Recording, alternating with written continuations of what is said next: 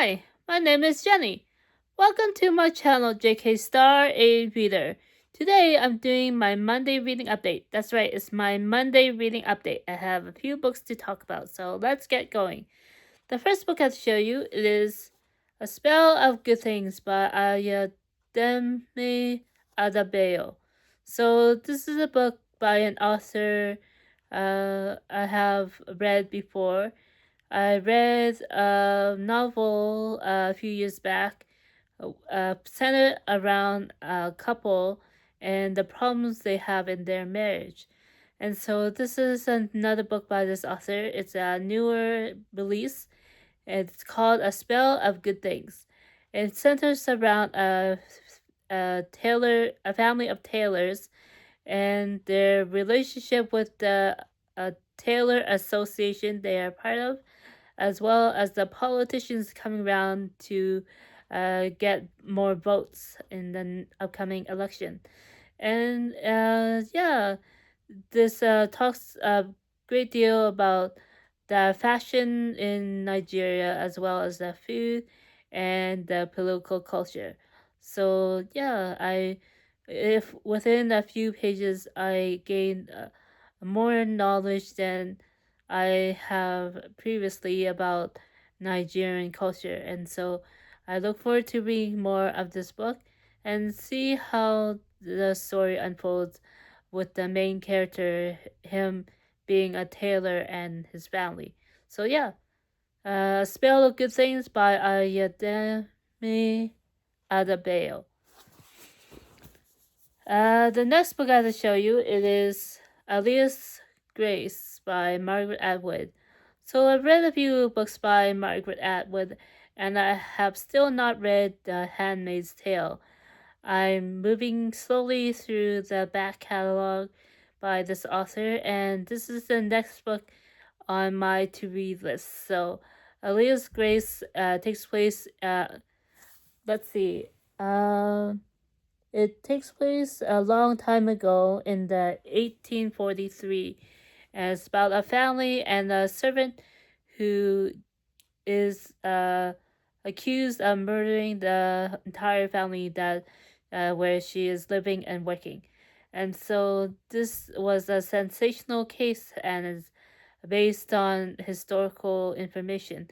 And so it's a newer edition of this book, and it's much different than the other volume that I have, which is a market paperback, and it has the photo of a woman who dressed like she is from the 1800s. So, yeah, this is updated version of the book.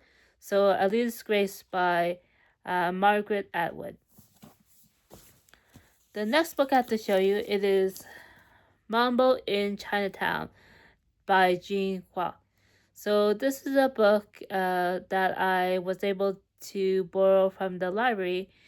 I have a stack of library books as part of my to read list, and I'm just showing you a couple of them.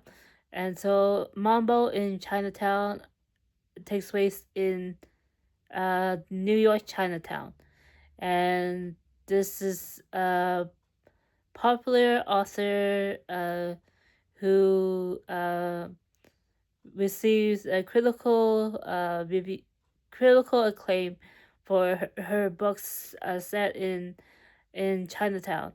And so I look forward to reading this book as the author gears up to releasing a new work. I believe it will be released in May, and it is a new genre for her. The Dominion is, I believe, is in the fantasy genre, and so that's a leap from the literary fiction that she is known for.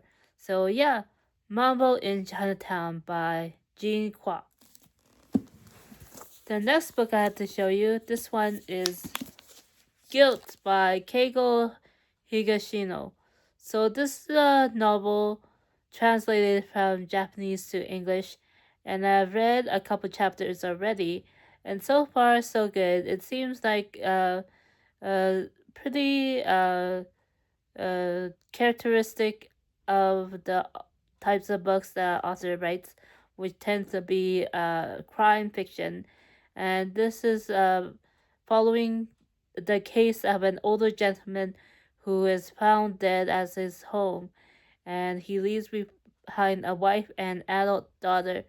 And it looks at the various places and connections the detective is uh, charged to investigating, as well as describing the neighborhood that family lived in, as well as the police department and the different personnel uh, connected to the case. So yeah, this is Guilt by Keigo Higashino. The next book I have another book from the library, and this one is Daughter of Crows by Mark Lawrence. So I have another book by this author, which is Red Sister, and that is an older series by this author. And I have another book which is I think called the book that wouldn't burn or something like that.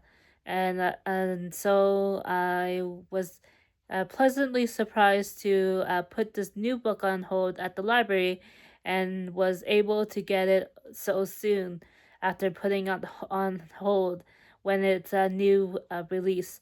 So I look forward to reading this new book first and then going back to older works that I have as part of my collection. So yeah, Daughter of Crows by Mark Lawrence. So that's it for me for this video.